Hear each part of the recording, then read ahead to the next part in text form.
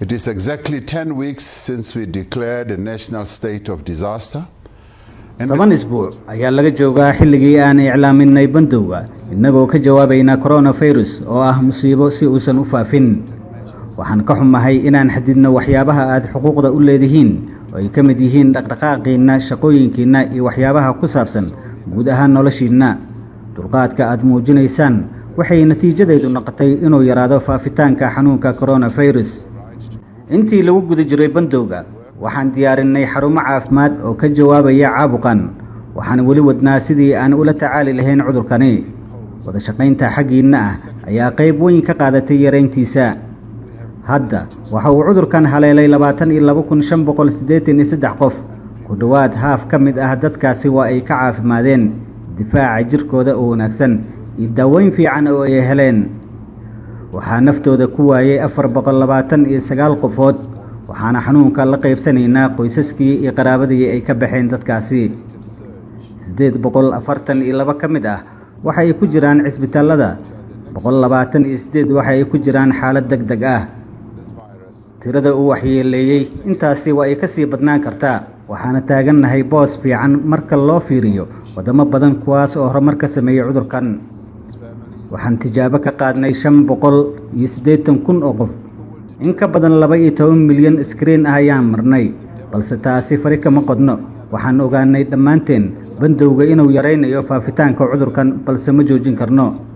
waxaa jira dadaallo badan oo lagu sameynayo tallaalka ka hortagga cudurkan oo soo saari doono dalkeenna. waxaan ku doodnay haddii la helo tallaalkan cudurkan in ay u sinnaan doonaan dhammaan shucuubta ku dhaqan dalkani Koonfur Afrika. waxaan horay u sheegnay inay jiri doonaan 5 xaaladood oo lagu xadidayo faafitaanka cudurkan. qatartan waxaan u qaadanay kuwaas oon kaga hortagayno levelka caabuqa iyo faafitaankiisa, awoodda kaabayaasheena caafimaad, saameynta bulshadeenna. wasiirada arrimahan ay qusayso waxay isku raaceen xaaladda afraad oo dalka ku jiro in loo bedelo xaaladda saddexaad laga bilaabo 1 Juun ee fooda inagu soo hayso. galitaanka xaaladan saddexaad waxay gundhig u tahay furfuritaanka dhaqaalaheena iyo dhaqdhaqaaqa dadkeena. xitaa haddii aan u guurno xaaladda saddexaad, waxaa muhiim ah inaan maanka ku hayno inay weli jiraan goobo weli cudurka dhibaatooyin ku haya. goobahaasi waxaa ka mid ah Tshwane, Johannesburg, Ekurhuleni, eThekwini, Nelson Mandela Bay, Buffalo City and Cape Town. sidoo kale waxaa jira iyaguna goobo khatar ah, waxaana ka mid ah West Coast, Overberg and Cape Winelands district municipalities in the Western Cape, Chris Hani district in the Eastern Cape and Ilembe district in KwaZulu-Natal. waxaan walaac ka muujinayaa xaaladaha caasimadda lagu magacaabo Cape Town iyo guud ahaanba gobolka Western Cape, kaasoo kala bar cudurka dadka ku dhacay laga helay. taasi waxaan u qaadan doonaa xaalad adag. meelaha khatarta ah 2 toddobaadba mar ayaan dib u eegis ku sameyn doonaa. waxaana u xilsaari doonaa kooxo ka kooban dhaqaatiir, kalkaaliyaal caafimaad iyo dad loo tababaray. waxaana hogaamin doona dhaqaatiir u dhalatay dalka Cuba.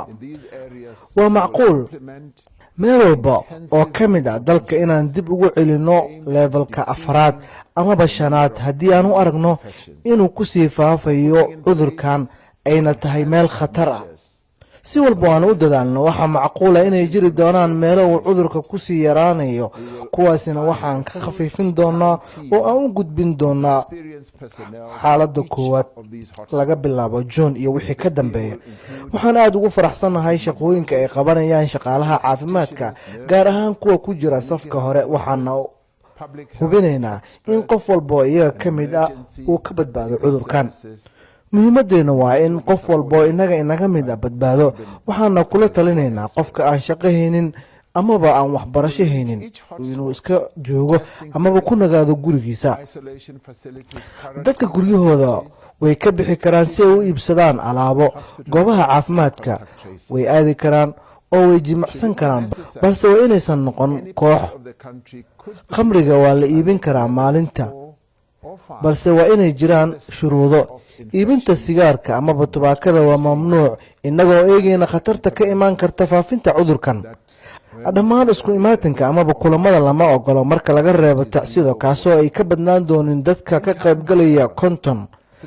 Kulamada shaqooyinka waa la ogol yahay balse waa inay jiraan ujeedooyin gaar ah.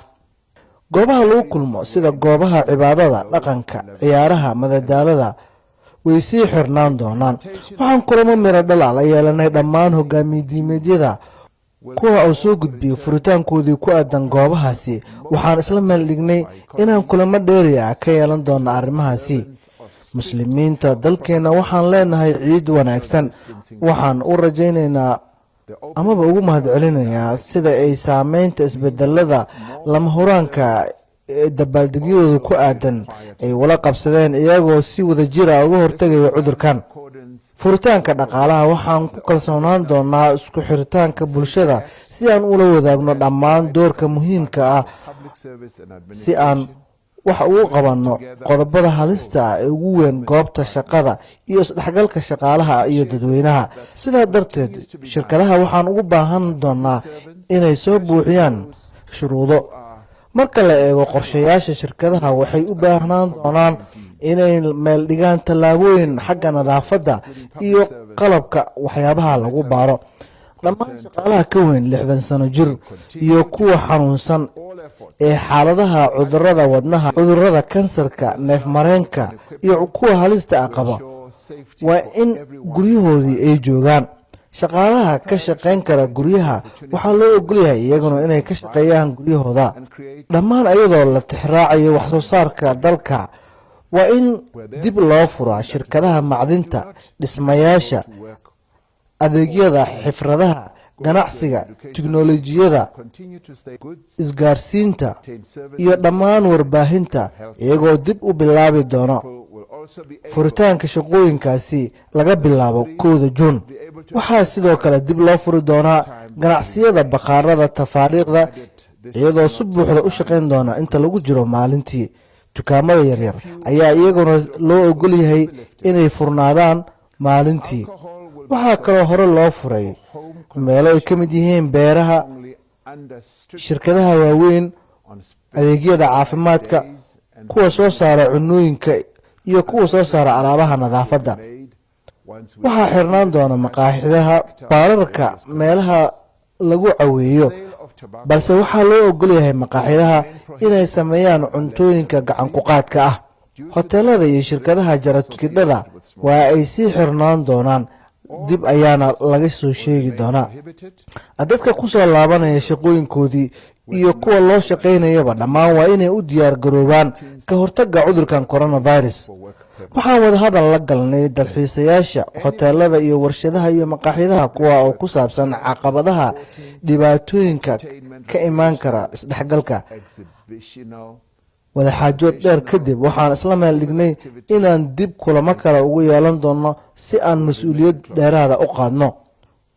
Marka aan la kulno caqabadahan dhibaatooyinka badan waa inaan noqonnaa hal mida oo aan sameynaa ficilo ka hortaga oo aan go'aansanaa wax walba oo aan kaga hortagi karno.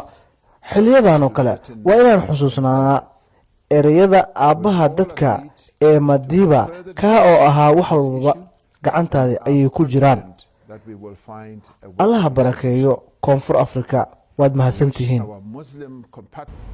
Thank you. intaasi waxaa ku dhan khudbadii uu caawa qaranka u jeediyay Madaxweyne Ramaphosa oo aan idin soo turjinay anigoo ah Cumar Kiyow iyo wariye Cabduqaadir Axad. waxaan idin leenahay sida iyo nabadgelyo.